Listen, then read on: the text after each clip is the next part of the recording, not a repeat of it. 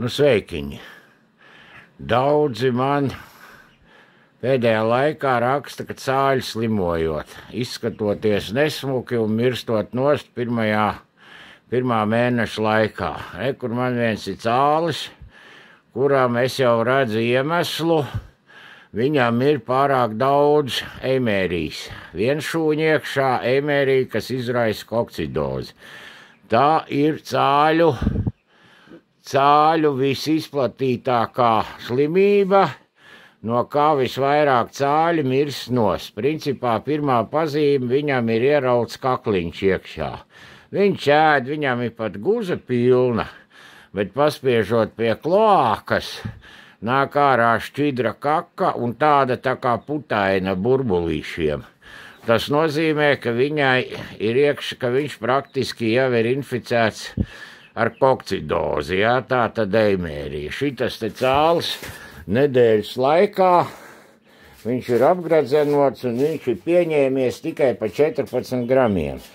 Principā, varbūt tās organisms izcīnīsies, bet varbūt tās arī eimērija parādīsies tik daudz, ka vienkārši cālis aizies bojā.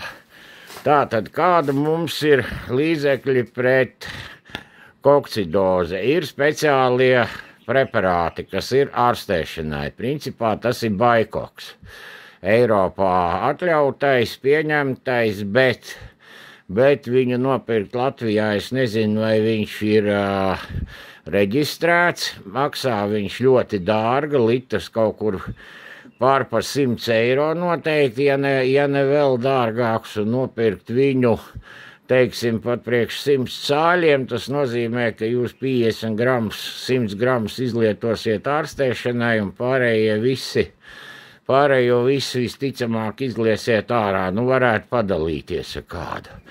Vēl ir līdzekļi, kas it kā nav atļauti, kas atļauti tikai savvaļas putiem, tas ir, kā nu viņi sauc, amprolīs.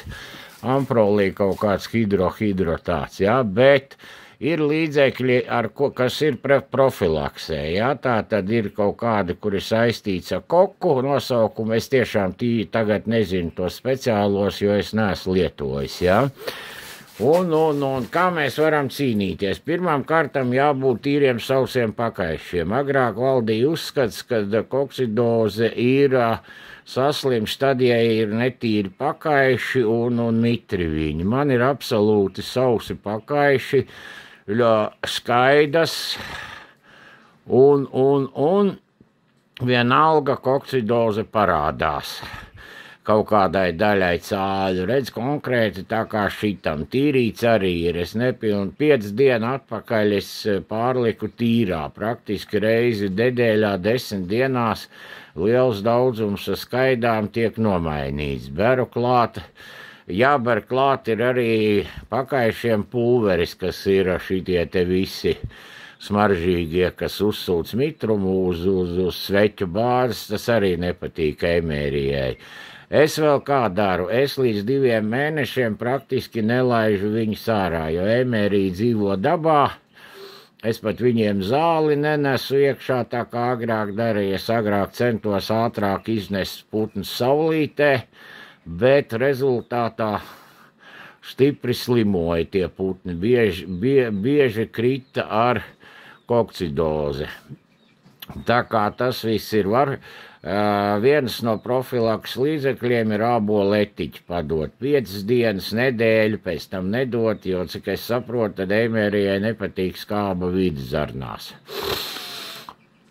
Tālūk, āboletiķi es lēju klāt pie dzeramā ūdens, pagaršoju, lai jūt skābumu, bet šarmuļi nemetās, tad ir viss kārtībā.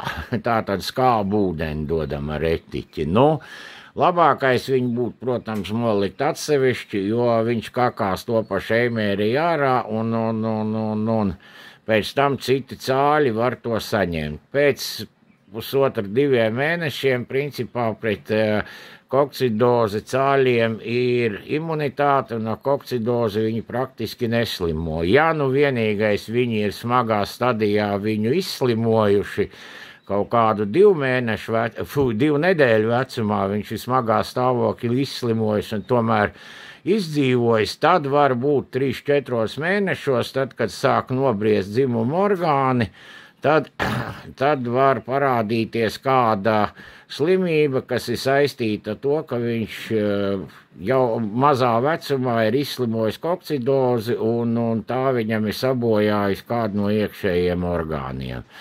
Tā kā tālūk, tā ir mana pieredze, nav nekas zinātnisks, bet tā ir mana pieredze, un tagad es zinu, kā darīt. Vēlu veiksmi, lai jums arī cāļi neslimo.